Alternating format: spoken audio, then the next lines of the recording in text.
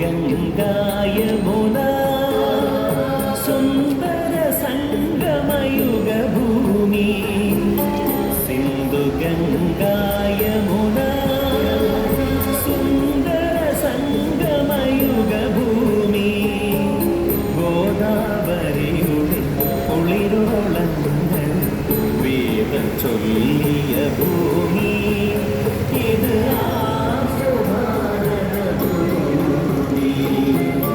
സിന്ധു ഗംഗായമുനാ സുന്ദര സംഗമയുഗ ഭൂമി ഗോദാവരിയുടെ കുളിരോളങ്ങൾ വേദം ചൊല്ലിയ ഭൂമി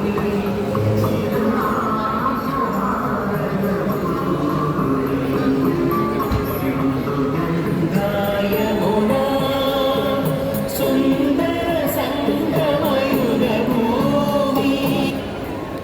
മാളോരെ അറിയില്ലേ, ഇന്ന് ഓഗസ്റ്റ് 15 തന്റെ സ്വാതന്ത്ര്യം മറ്റൊരു രാജ്യത്തിലെ ഭരണാധികാരികളുടെ കാൽച്ചുവട്ടൽ അടിയറ വെക്കേണ്ടി വന്നപ്പോൾ നെച്ചു തകർന്ന ഒരു സമയമുണ്ടായിരുന്നു നമുക്ക്.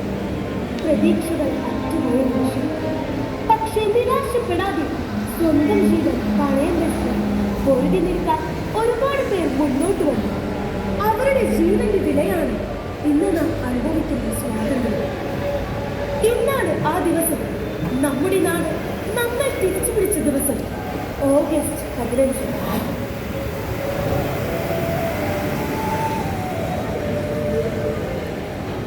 300 വർഷങ്ങൾക്ക് മുൻപ് കടൽ കടന്ന് ഇന്ത്യയിലേക്ക് വന്ന ഒരു കൂട്ടം കച്ചവടക്കാർ. അവരായിരുന്നു ഈ ഇംഗ്ലീഷുകാർ. ഇന്ത്യ ഭരിച്ചിരുന്ന മുഗൾ ചക്രവർത്തിമാരെ ചെന്നുകണ്ട് അവർ കച്ചവടം ചെയ്യുവാൻ അനുവാദം വാങ്ങിച്ചു. അതിനുവേണ്ടി അവർ ആരംഭിച്ച കമ്പനിയാണ് ഇംഗ്ലീഷ് ഈസ്റ്റ് ഇന്ത്യ കമ്പനി. പക്ഷേ നിങ്ങൾക്കറിയാമോ, ഇന്ത്യയുടെ വിഭവ സമൃദ്ധിയിൽ വഴങ്ങിയ ഇംഗ്ലീഷുകാർ കച്ചവടത്തിന്റെ നേരും നെറിയുമാണ്. പിന്നീട് നാം കണ്ടത് ചതിയുടെയും അക്രമത്തിന്റെയും കുതന്ത്രങ്ങളായി.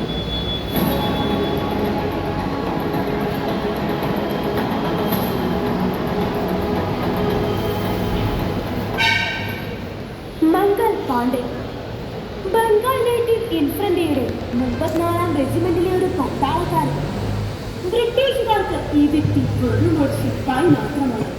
പക്ഷെ നമുക്ക് ഇന്ത്യയുടെ 1ാം സ്വാതന്ത്ര്യ സമരത്തിന് തുടക്കം കുറിച്ച ധീര സൈനികൻ. ഇംഗ്ലീഷുകാർ വെറും ഒരു ശിപ്പായി ലഹളയെന്ന് നിസ്സാരമാക്കി കാണിച്ച ഒരു സംഭവം. ഝാൻസി റാണി നാനാ സാഹിബും താന്തില തോക്കിയും നേതൃത്വം നൽകിയ ഇംഗ്ലീഷ് ഈസ്റ്റ് ഇന്ത്യ കമ്പനിയുടെ ഭരണത്തിന് അവസാനം കുറിച്ച ധീര യോദ്ധാവ്. ഇംഗ്ലീഷുകാരുടെ വെടിയുണ്ടകൾക്ക് മുൻപിൽ കലാപം പരാജയപ്പെട്ടു.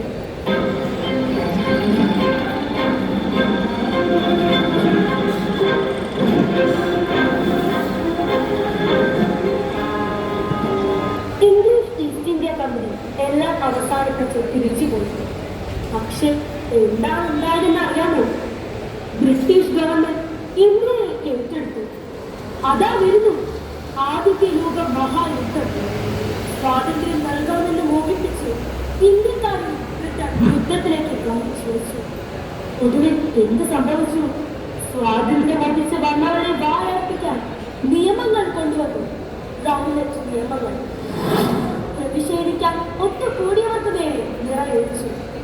ഒന്നിനൊന്ന് ബാക്കിയില്ലാതെ എല്ലാവരും മരിച്ചു. അതാ കേട്ടില്ലേ വെടിയച്ചങ്ങളുടെ ശബ്ദം?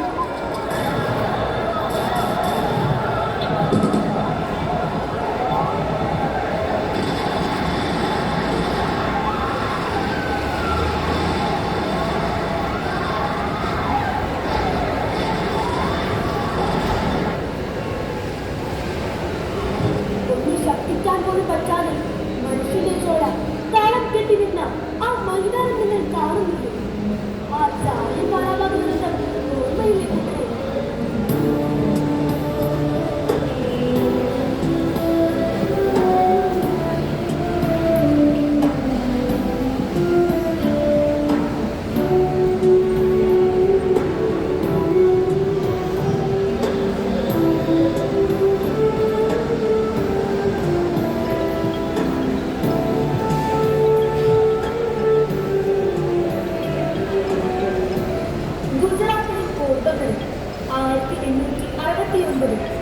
ഓരോരുത്തരും ഒരു സാധാരണക്കാരനായി ജനിച്ചു പഠിച്ചു എത്തിയതാണ്.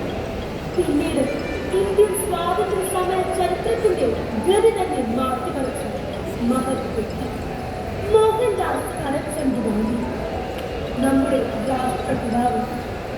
ജാലിയൻവാലാബാഗ് ദുരന്തമേൽപ്പിച്ച ആഘാതത്തിൽ ഒരു പുതിയ തീരുമാനം കൈക്കൊണ്ടു. നിസ്സഹകരണം ബ്രിട്ടീഷ് ഗവൺമെന്റിനോട്. ബ്രിട്ടീഷുകാരൻ തിരിച്ചടിച്ചു. നിസ്സാരതലത്തിൽ നമ്മൾ വാങ്ങിയിരുന്ന കുക്കർ ഇനി വലിയ വില നികുതിയായി കൊടുത്ത് നമ്മൾ വാങ്ങണം പോകും. ഒരു ഉപവിജ്ഞാന പ്രക്ഷോഭത്തിന്റെ തുടക്കമായിരുന്നു അത്. സിവിൽ നിയമ ലംഘനം നമ്മൾ തീരുമാനിച്ചു. ഈ നിയമം നമ്മൾ ലംഘിക്കുന്നു. സ്വന്തം നാടായ ഗുജറാത്തിലെ ദണ്ഡി കടപ്പുറത്ത് വെച്ച് കടൽ വെള്ളം കയ്യിലെടുത്ത് ഉപ്പ് നിയമം ലംഘിക്കുന്നത് പ്രതീകാത്മകമായി പ്രഖ്യാപിച്ചു. ബ്രിട്ടീഷുകാർ വെറുതെ ഇരുന്നില്ല. കാത്തിരുന്ന ബ്രിട്ടീഷ് സൈന്യത്തിന്റെ ലാത്തിയുടെ ചൂട് എല്ലാവരും അറിഞ്ഞു. അതാ വീണ്ടും ഒരു യുദ്ധകാഹളം മുഴങ്ങുന്നു. ലോകം മുഴുവൻ രണ്ടു ചേരിയാണ് യുദ്ധത്തിന് തയ്യാറായി. ഇനി ഒരു തവണ കൂടി വിട്ടികളാകില്ലെന്ന് നമ്മൾ തീരുമാനിച്ചു. പട്ടേലിന്റെയും നെഹ്റുവിന്റെയും ഗാന്ധിജിയുടെയും ആശയങ്ങൾ ജനങ്ങളെ ആഘോഷഭരിതരാക്കി. പ്രവർത്തിക്കുക അല്ലെങ്കിൽ മരിക്കുക, ഇതായിരുന്നു ഗാന്ധിജി ജനങ്ങൾക്ക് നൽകിയ സന്ദേശം. പിന്നീട് ഇന്ത്യ കണ്ടത് സ്വാതന്ത്ര്യം നേടാൻ ദൃഢപ്രതിജ്ഞയെടുത്ത ഓരോ ഇന്ത്യക്കാരന്റെ ജീവൻ മരണ പോരാട്ടമാണ്. അതെ, ഒടുവിൽ ബ്രിട്ടീഷുകാർ മുട്ടുമടക്കി ഓരോ ഇന്ത്യക്കാരന്റെയും നിശ്ചയദാർഢ്യത്തിനു മുൻപിൽ.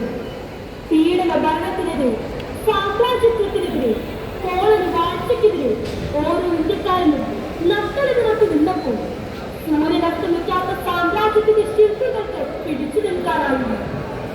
അതേ കൂട്ടരെ നമ്മൾ നേടിയെടുത്തു നമുക്ക് അവകാശപ്പെട്ട നമ്മുടെ സ്വാതന്ത്ര്യം.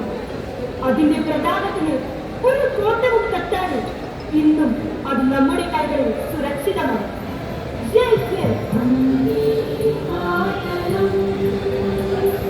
Vande Mataram.